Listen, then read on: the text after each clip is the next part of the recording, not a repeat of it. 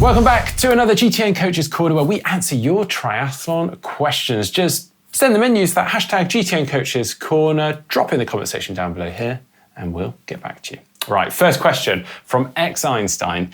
If I train 5 hours per week and do an 80-20 style training, does that mean that during the sessions of that week that I'm doing the 20% high intensity, my heart rate needs to be in zone 4 for the full duration of that training? So if in that week I do 1 hour high intensity training, that consists of 10 minutes warm up, 10 minutes cool down, and 40 minutes of 10 minutes intervals of 3 minutes fast and 1 minute recovery, then technically that my heart rate has been in zone 4 only 10 by 3 minutes, equaling 30 minutes. Whew, that's a long-winded way of getting there.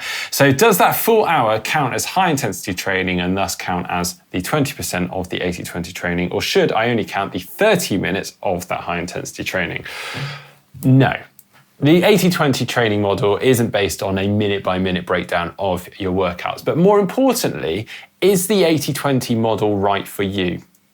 I would probably say for the vast majority of viewers, because this has gained a lot of popularity, we get a lot of questions around it. For the vast majority of you, no. The 80-20 model is more specific to those that are doing high volume training. It's those elite or pro athletes out there that have got the time to do high mileage, and also obviously they want to get the high intensity in there. And the reason they've done this 80-20 model is within that high intensity or that high volume, they're making sure that they're not doing too much intensity.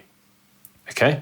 Now, if you're doing 5 hours of training a week, I would probably say you can actually do a vast majority of that at high intensity. Now, I'm not saying suddenly switch from 80-20 to suddenly 0-100, but you can definitely get away with doing more high intensity and having enough recovery time between those intense sessions to be ready for the next.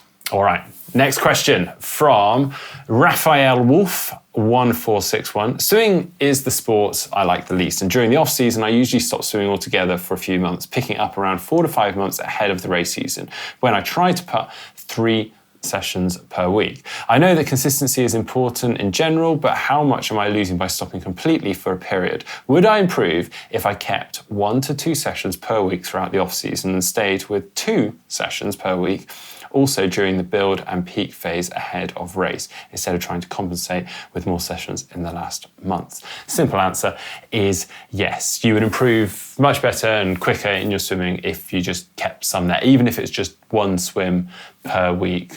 Swimming rewards consistency and punishes layoffs. Yeah, I mean, swimming is quite a tough sport to just sort of get that flow and that rhythm with, and also just ironing out the technique and efficiency with your swimming. Now, if you do have a big layoff for a period of time, it's going to take you an awfully long time to get back on that, and you're going to have to, as you say, maybe even do more sessions to try and get back upon it. If you could just at least keep 1 session going per week through that off season, it will make your life so much easier, and you will swim faster come race season. Easy. Right, next one from Debanstras.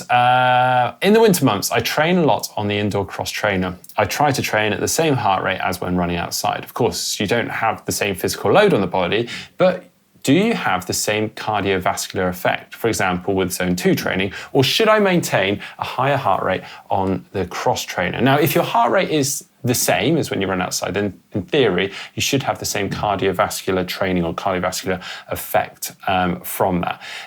The only difference may be that because on the cross training, you're not getting those impact forces like you do when running outside, you may struggle to actually get your heart rate as high, and therefore actually you may find that you end up having to work harder. But then on the flip side of that, you're indoors with less airflow, you might find it's warmer, so therefore that may actually raise your heart rate up. So it's a hard one to say, depending on the conditions you're training in. Now, a little like we do with cycling, we actually will test to find our specific zones with cycling, which will be different from running. You might actually want to do the same on the cross trainer, just to make sure that you are actually training as specifically as possible. It's actually, I can understand a lot of people wanting to train indoors, particularly during the winter months, if it's snowing outside, and a cross trainer is obviously what you have access to. So it's a great idea, but yeah, if you want to be specific as possible about this, do some sort of fitness test on that cross trainer, and there you go. All right, final question from Mike Robinson, 2619. I'm signed up for Swansea 70.3 next year. I did it this year and was pretty happy with how I did. I was planning on aiming to beat my time next year. Cool. Now I've just seen the X-Tri Solo 0.5 Keltman is 3 weeks before Swansea and I really fancy it. My question is 3 weeks too short a gap? I don't want to completely ruin Swansea, but I'm not a competitive age grouper. It's just me against me. Assuming I'm prepared to risk missing my Swansea PB, how should I go about recovering, training in the 3 weeks between? Why? This is the hard thing with triathlon. There's so many amazing races out there and so little time. Now, I've had a little look at this because it does seem to be a new event. It's essentially kind of a 70.3 distance triathlon that the Keltman have put on. It takes in a lot of the epic parts of the iron distance event that Keltman put on up and over the range of the mountains and in that lake. But yeah, over a slightly shorter distance. So you're getting kind of a taster for it, which is awesome.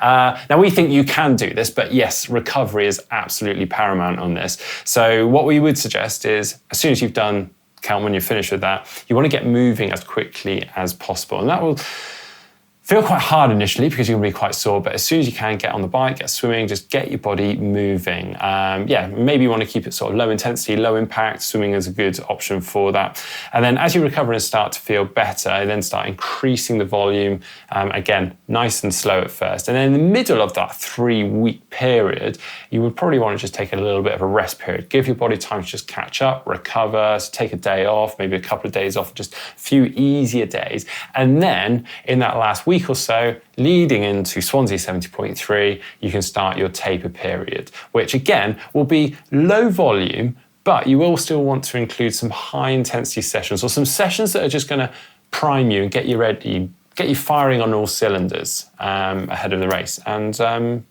should be good. But we'd love to hear how it goes. So yeah, do keep us posted in the comment section down below. As I said at the start of this show, do keep your questions coming in using the hashtag GTN Coaches Corner. Drop in the comment section down below this video or any other video. We'll see you next time.